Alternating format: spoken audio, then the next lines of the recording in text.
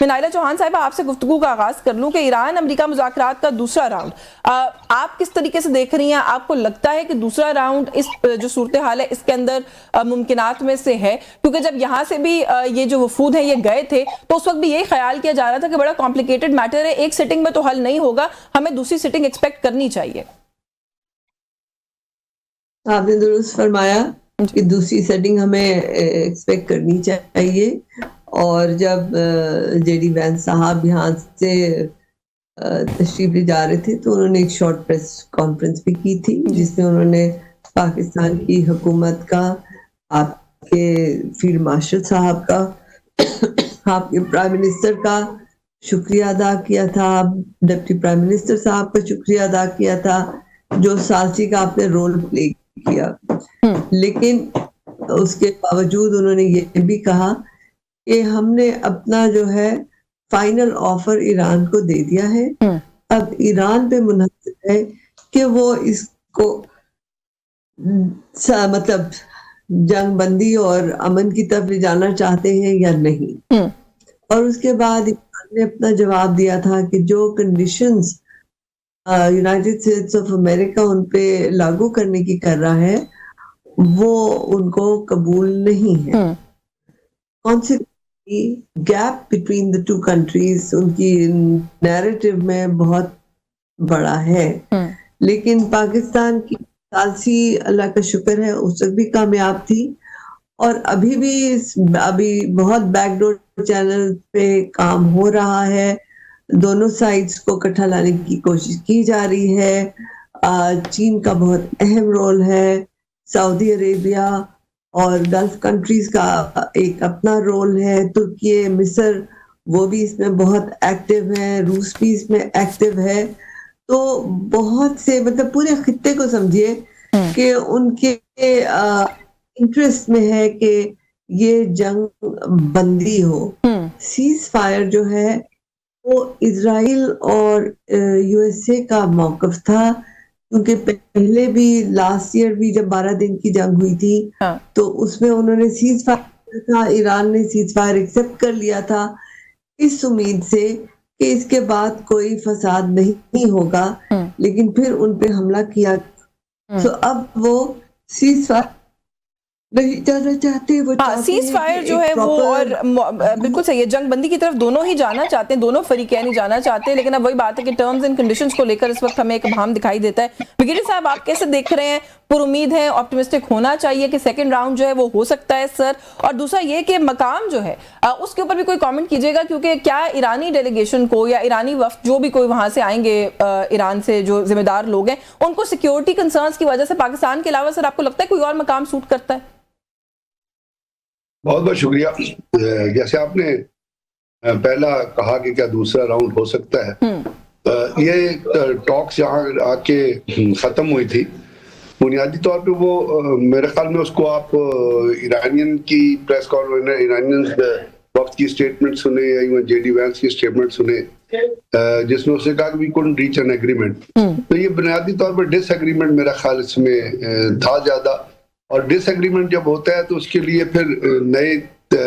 طریقے سے کوششیں جو ہیں وہ کی جاتی ہے، اور ابھی یہ بہت جگہوں سے یہ انپٹ آ رہی ہے کہ پاکستان اس back door diplomacy, back channel diplomacy اس میں انوالو ہے، اور وہ ایران سے بھی بات کر رہا ہے اور امریکن سے بھی بات کر رہا ہے۔ اس تمام چیزوں میں میرا خیال اس کو جو ایکسپلائٹ کر رہے ہیں وہ یہاں پر وہ آپ نے اس میں اسرائیل کا رول دیکھا کہ وہ اس پہ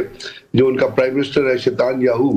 اس کی سروائیول اس چیز میں ہے کہ جنگ جاری رہے، ادروائز اگر جنگ ختم ہو گئی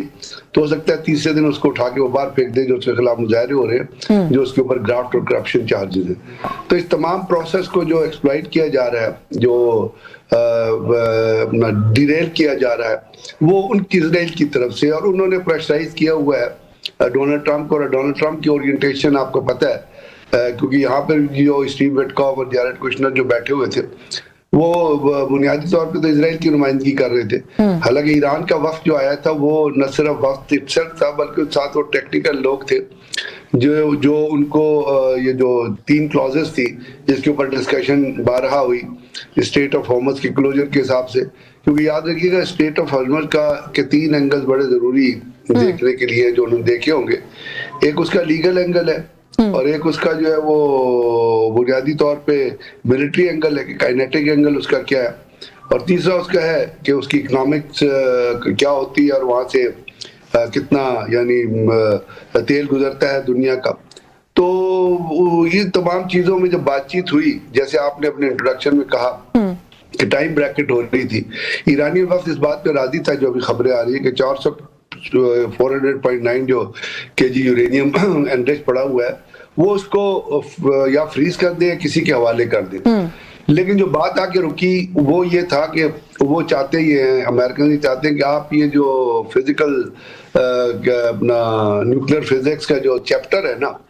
وہ اپنی سلیبس سے نکال دیں. یہ کوئی پاسبل ہے کہ آپ اپنی پڑھائی سے, اپنے ریسرچ سے, اپنی ڈیولپمنٹ سے, اپنی اورینٹیشن سے, اپنی پالیسی سے ایک ایسا سبجیکٹ جس کو دنیا میں مانا جاتا ہے اور کتنے لوگوں نے اس پہ ریسرچ کیا, کتنوں نے نوبل پرائز جیتا ہے, اور ضروری نہیں ہے کہ آپ یورینیم کو صرف ایٹم کے لیے استعمال کریں, وہ انسانیت کے لیے اس کے اوپر جا کے جو ہے ایرانین کا اگریمنٹ نہیں تھا. ابھی اگریمنٹ نہیں تھا, جیسے آپ نے کہا اس کی بہت ساری ٹائم بریکٹ نکل سکتا ہے, اس کا جو اسٹیٹ آف ہارمز ہے اس کا کوئی کنسورشیم کے حساب سے, لیگالٹی کے حساب سے, کیونکہ ویسے تو انٹرنیشنل لا یہ کہتا ہے کہ 20 ناٹیکل مائل جو آپ کا کراس یا شور ہے وہ آپ کا